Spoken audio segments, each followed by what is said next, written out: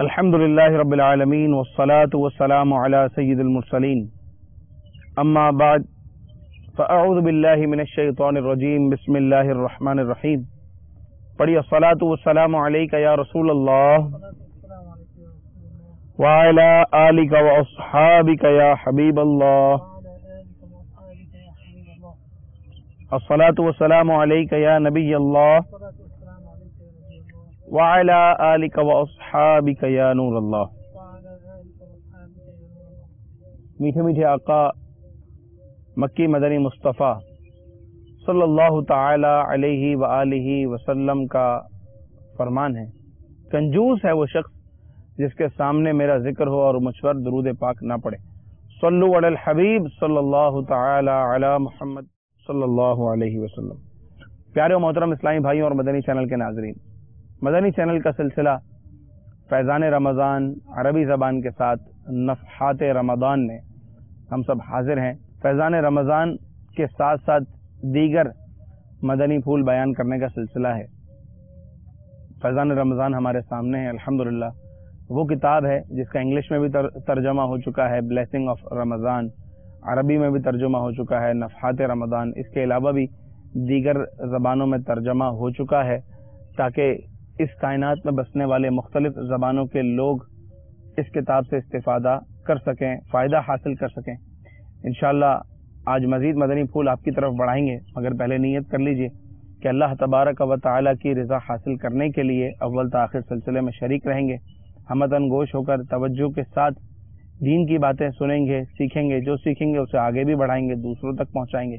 بلغوا عنی ولو آیہ کے تحت دوسروں کو بھی سکھائیں گے. اپنے بچوں کو، اپنے گھر والوں کو یہ احکام جو بیان ہو رہے ہیں وہ سکھائیں گے. خاص خاص باتیں لکھ کر محفوظ کر لیں گے.